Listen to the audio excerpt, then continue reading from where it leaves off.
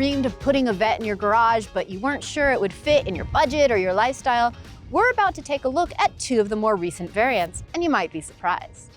Hey Trav, can you think of some cliches that people generally apply to sports cars? Yeah, sure, there are a lot. I mean, they're expensive, they're uncomfortable, they're hard to park, poor fuel economy, it's not a lot of luggage space, they're generally impractical. Yeah, I mean, all of that is true, except I don't think it applies to the two that are behind us. Corvettes have always been some of the most easy to use and practical sports cars you can buy, and over the years, they've just become more efficient and even more practical. Hi, I'm Travis from Edmunds. Oh, all right, I'm Elana.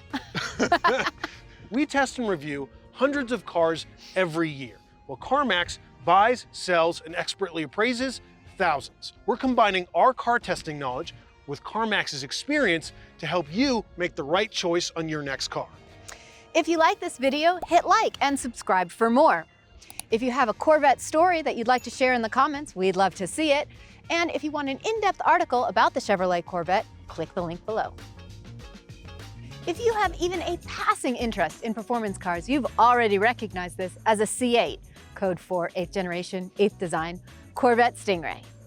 If you aren't interested in performance cars but suddenly felt the hankering to develop an interest, there's no better place to start than with America's most famous sports car.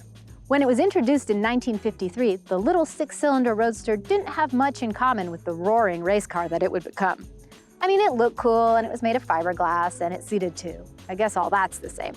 But over the years, the Vette got bigger, swoopier, and much, much faster. Chevrolet has made the Corvette every year except for, quick quiz, do you know?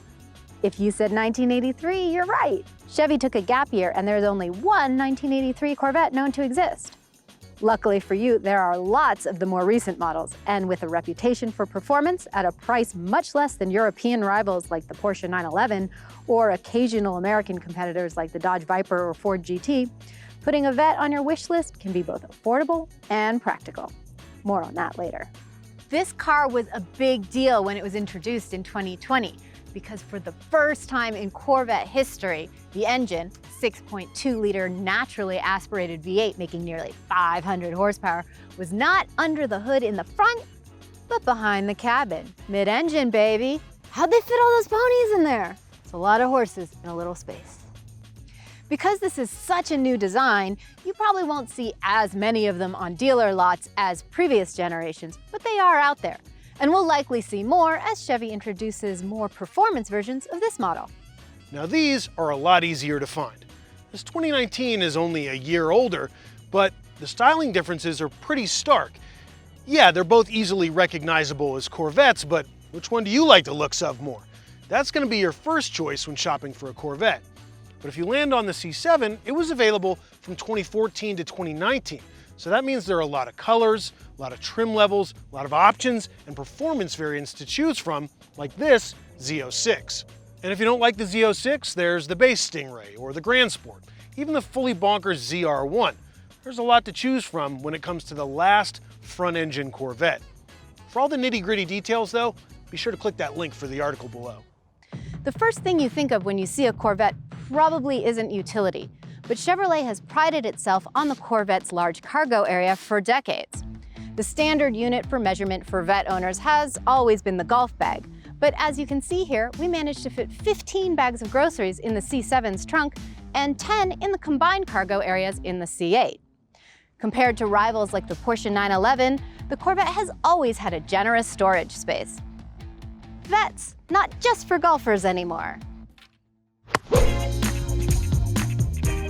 First things first, I love the Z06 in this color combo. I like the silver on the outside, black wheels, and then the red brake calipers that tie in with everything red in here, the red stitching, the red seats, the red shift paddles, the red seat belts.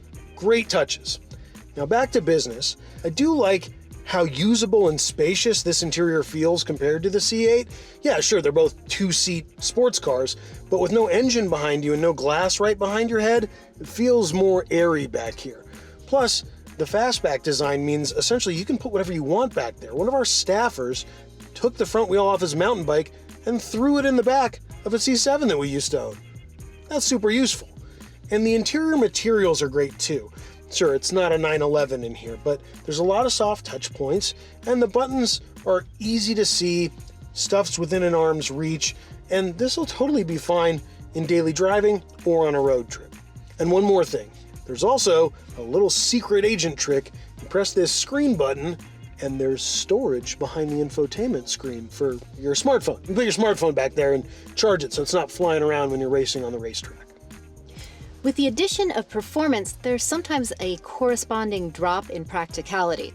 Moving the engine to the back of the Corvette makes for quicker acceleration times, better handling, and it just feels more exotic. I mean, only the wildest supercars are doing mid-engine stuff, right? The downside is that the cabin does feel more cramped without that big trunk behind you.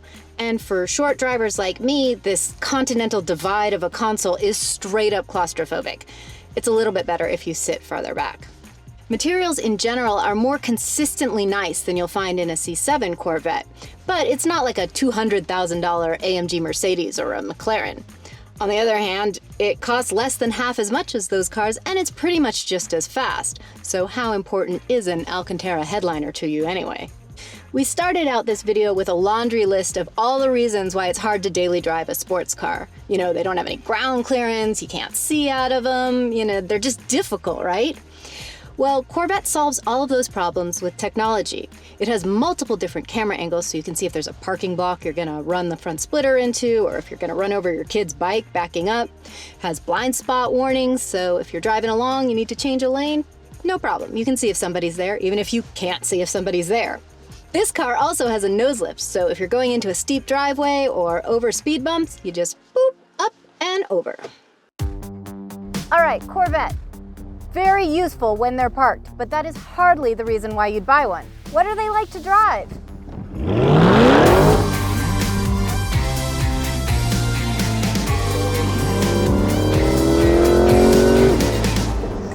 All right, so moving the engine from the front of a car to the back means more weight in the back. And in a rear-wheel drive car like the Corvette, that means you get better traction over those rear wheels. Combined with the Corvette's excellent steering and suspension, this car is just a joy to drive. Its handling is so direct and it's so responsive and just feels really stable.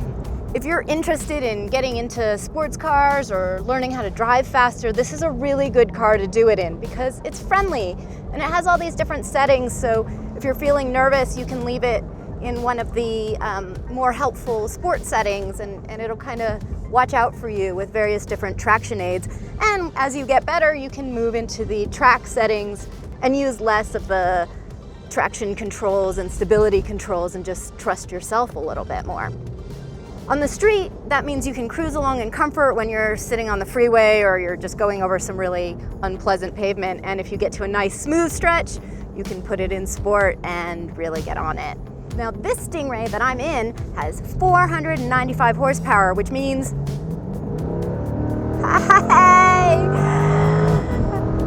it rips.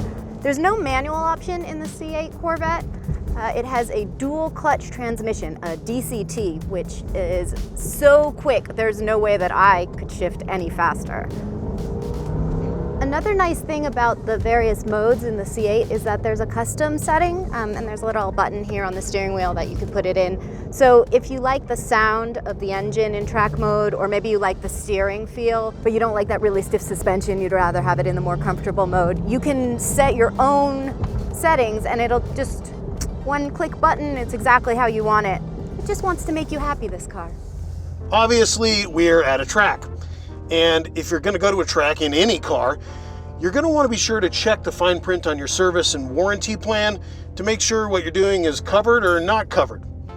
And if you go to a track, you're also going to have to pass a tech or safety inspection. So be sure to follow all the track rules and bring all the proper gear. Now, on to the business of the C7. Let's talk about how the C7 drives. We had a 2014 C7 Stingray in our long-term fleet at Edmunds, and that's one of my favorite cars I've ever tested. It was such a great road trip champ, even though it had a 7-speed manual, and I drove it all around the Southwest, up and down the California coast, all kinds of great places, great scenery in that car, And yet, all you have to do is stamp the throttle and suddenly you've got an amazing sports car with crazy capabilities. It's just such a fun thing to drive. Now this, the Z06, is considerably higher performance. It's got way more power and it's got a lot of parts that you would think make it a little bit more hardcore, which sure it is, but the suspension has adaptive dampers. So it's not that bad. It doesn't beat you up. Even on a racetrack, it's still pretty comfortable, and daily driving it wouldn't be a problem. Now, this is something worth considering, that this car is not quite as quick as the base C8, but I still have such a fun time in it. It makes such great noises and really is so great to look at. I just love the look of it. It's hard to choose between the two. But what I do notice is, did you guys watch our Challenger Charger video? Me and Alana, we were drag racing. Why am I always in the slower car? I don't know, maybe it's a driver thing. Might be, you know, operator error. Either way, man, is this thing fun to drive. You only live once. There's no time to drive boring cars.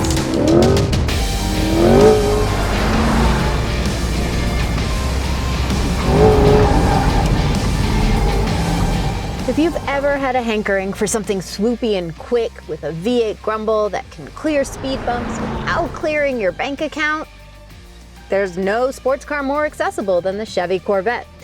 I'm not going to tell you which one to get because there's no wrong one to get. Just pick the style you like, pick your price point, pick how much power you want, and start shopping. For all the details on the Vettes in this video, click the link for the article below. And if you've got a favorite Corvette story or you think we'd be better off in a Porsche 911, let us know in the comments. And for more videos like this, be sure to subscribe.